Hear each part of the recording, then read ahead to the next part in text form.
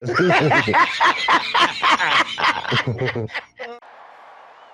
about them Cowboys? Angry Cowboys fan. Born to battle. Start just means we never sell. America's team through thick and thin. When the star shines bright, that's when we win. Angry Cowboys fan. What's going on, Cowboys Nation and angry Cowboys fans around the world? Y'all know who it is. It's your man, the angry Cowboys fan. And as I sit back and watch the moves unfold with the Dallas Cowboys defensive coordinator position, I gotta ask myself, Cowboys Nation, is Jerry and Stephen Jones finally getting to a place where Cowboys Nation has been wanting them to get to for years? Are they finally looking around the league and taking notes on the success of the closest teams to them? So let's go ahead and talk about that a little bit more during this Raw and Uncut. Get ready for the angry Cowboys fans, Raw and Uncut. Man, keeping it real, man, keep it real, that's real. All right, Cowboys Nation. For years, the Dallas Cowboys fan base has watched the Dallas Cowboys falter season after season.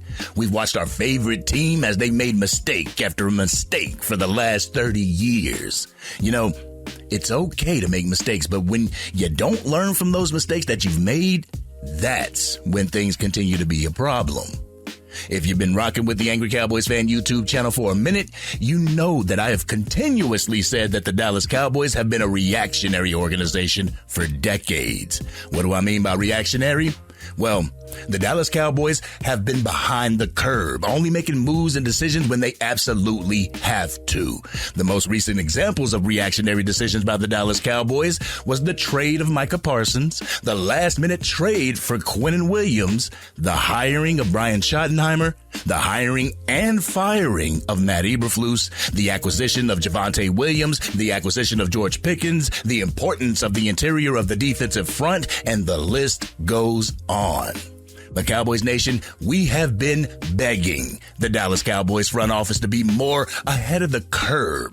We've been asking them to start making decisions before it's absolutely too late. I don't know if the front office has been listening to what Cowboys Nation has been saying, but with the start of the Dallas Cowboys 2026 offseason, the moves that they've been making has been placing this team ahead of the curve. The most recent move being the hiring of Christian Parker as the defensive coordinator. And I'm going to keep it a buck with you, Cowboys Nation. A part of me wanted Jerry and Stephen Jones to move on from Matt Eberflus during the 2025 season, but what would that have gotten us, Cowboys Nation? An interim defensive coordinator in Aaron Whitecotton? If that would have come to fruition, I believe that the Jones boys would have stuck with Aaron Whitecotton, especially if the Dallas Cowboys defense made a small turn for the better last year. Not one fan from Cowboys Nation would have wanted that. Not one fan would have wanted Aaron Whitecotton as our defensive coordinator. So much so, as I wanted them to move on from Matt Eberflus mid-season, I'm kind of glad that they didn't, Cowboys Nation. An emotional decision can be much more detrimental to a team as opposed to a reactionary decision.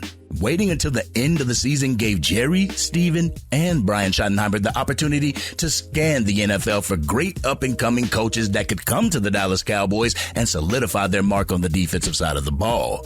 The way that they conducted the defensive coordinator search was something Cowboys fans have been asking for decades. To take their time, cast a wide net, and do their due diligence in picking the next person to lead the defense to better numbers and a better performance than what Cowboys Nation witnessed in 2025. After a thorough defensive coordinator search, a number of interviews, both in person as well as virtual, the Dallas Cowboys finally made their decision and hired Christian Parker, the defensive backs coach and passing game coordinator for the former world champion and division rival Philadelphia Eagles. After hiring Coach Parker, I really started to think about the positives of hiring him.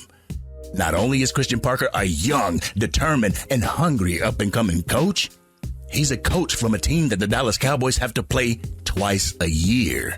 That alone makes it a great decision by Jerry, Steven, and Shotty. I said this during the live the other night. The Dallas Cowboys could have picked Jim Leonhard from the Denver Broncos, but other than his coaching expertise, what would that have done for our Dallas Cowboys when it comes to game planning and intel on opposing teams? Choosing to take Coach Parker from the Philadelphia Eagles, this now gives us a little bit of intel on how Vic Fangio runs his defense for the Philadelphia Eagles. It gives us intel on different types of disguises Vic Fangio cooks up. Not only that, but it also gives us intel on how Nick Sirianni conducts his play calling on the offensive side of the ball. It gives us a leg up on the opposing teams, Cowboys Nation. Not only that, but the coaches that Coach Parker's hiring to flesh out his defensive staff also brings intel when it comes to teams that the Dallas Cowboys will have to face in 2026. Coach Parker hired Derek Ansley, the passing game coordinator for the Green Bay Packers. We play the NFC North in 2026.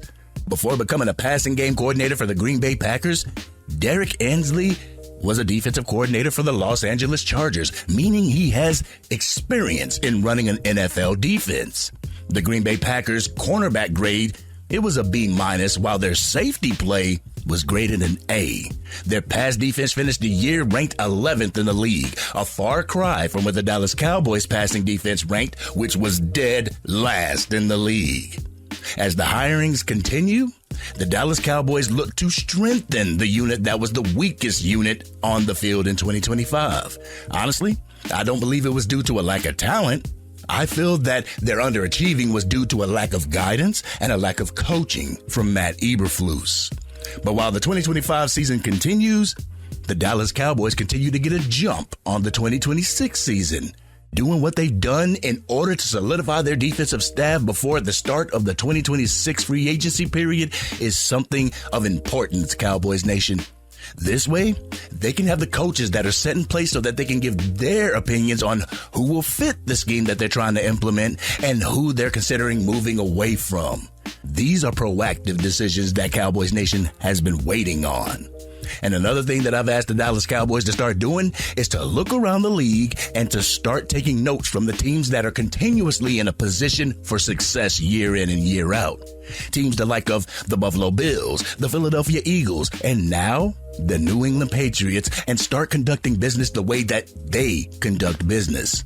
The New England Patriots were a dynasty under Bill Belichick and Tom Brady. They lost both Brady and Belichick, were bottom feeders for a couple of years, and now they're back in the Super Bowl representing the AFC. The way they did this needs to be studied from a front office perspective. The Philadelphia Eagles made it to a Super Bowl in 2022, lost said Super Bowl, made it to the playoffs the following year and got bounced, and then returned in 2024 to win the Super Bowl. The way both teams did this, Jerry and Stephen Jones should be taking notes. But I truly feel that last year was a wake-up call for Jerry and Stephen Jones. A wake-up call showing them that you can do what these other successful teams are doing. That's if you conduct business without worrying about being cheap. Just like some of the fans in Cowboys Nation, Jerry and Stephen Jones always look for the cheapest way to win Super Bowls, and that hasn't worked in our favor for the last 30 years. The reactionary decisions hasn't worked for this organization for the last 30 years. Something needs to change, and I feel that this organization will not go anywhere until they make the decision to change the way they conduct business. I understand that we have a salary cap and you can't have 53 stars on the team. That also doesn't mean that you have to suck year in and year out. Now that we see things moving differently with the Dallas Cowboys, I'm hoping that another change comes, and that's changing how involved Jerry Jones is with football operations, allowing the coaches to coach, allowing the coaches to do their job without having to worry about ownership sticking their noses into every aspect of day-to-day football operations. Stop injecting politics into what's going on during the games. I mean, I have no problem with Jerry Jones being in front of the cameras and being in front of the media all the time. What I do have an issue with is Jerry and Steven telling Brian Schottenheimer who to play and when to play them. What players should be more involved and what players should be sitting because they have an incentive coming up. Let the team establish their own culture. Let the team establish their own identity. This way, no confusion is happening and they can focus on the main thing, which is winning football games. But This has been your man, the Angry Cowboys fan. Cowboys Nation, do you see a change in the way things are going on with the Dallas Cowboys organization? Do you feel that it will continue, or is this just a red herring? Y'all know how we do.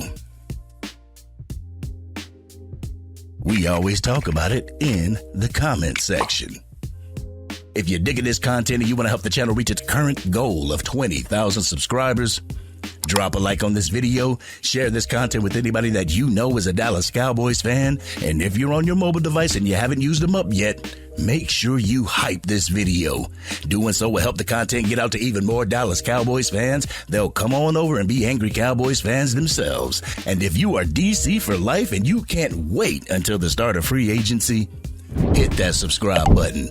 Hit the bell to be notified whenever I go live, release a video, podcast episode, or film breakdowns. You can catch the Madden 26 and College Football 26 gameplay on the new channel, the Angry Cowboys Fan Gaming Channel. I'll put the link to that in the description.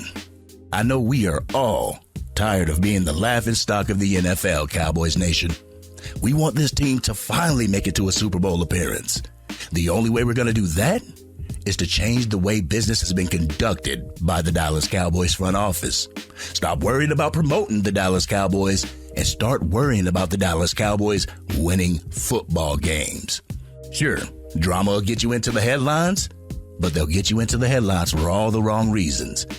Winning will put you in the headlines for all the right ones. But this has been your man, the Angry Cowboys fan, and I'm out.